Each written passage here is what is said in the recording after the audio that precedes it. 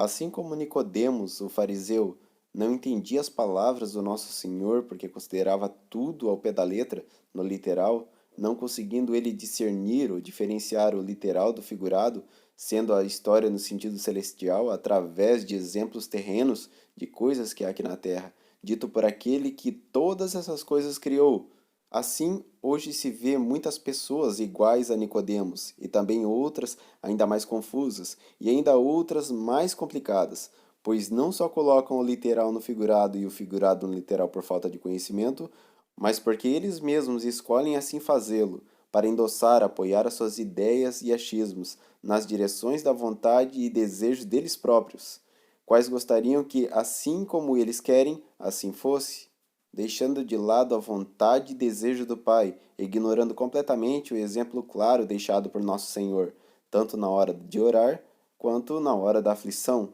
ou seja feita a tua vontade. Alguns até mesmo com suas palavras fingidas e motivados por sua ganância, torcem, escarnecem, pervertem, mudam e assim blasfemam o caminho da verdade, criando e ensinando até mesmo outras formas de alcançar a salvação, ou seja, outro plano de salvação, um plano de salvação além de Jesus crucificado.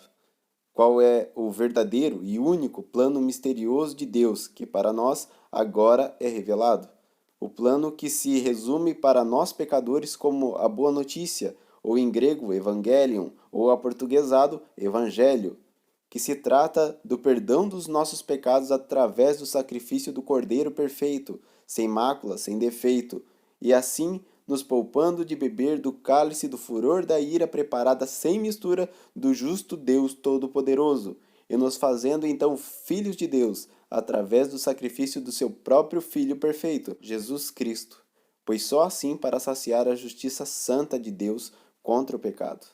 Mas há esses tais que têm apresentado essas muitas outras formas e planos de salvação, quais também à luz da verdade não existem,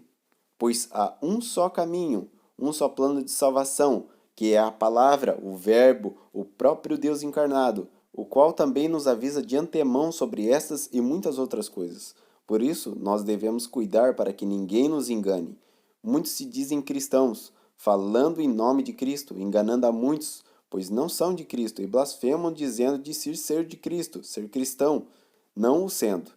Estão blasfemando, pois estão carregando e representando o nome de Deus por vaidade, utilizando como título para disfarce e inutilizando o seu sentido verdadeiro, transgredindo assim o terceiro mandamento eterno, escrito a dedo de Deus, mostrando assim não ter temor, reverência ou respeito, e muito menos amor para com o Senhor nosso Deus. Por mais que o chamem Senhor, Senhor,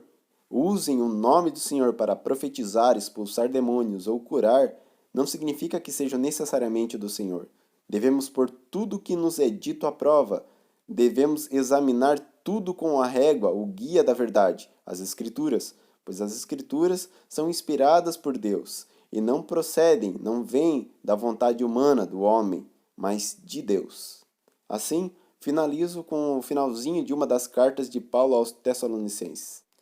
Que o próprio Deus da paz vos santifique completamente, o seu espírito, a sua alma e o seu corpo, que sejam plenamente conservados irrepreensíveis para a vinda do nosso Senhor Jesus Cristo. Amém.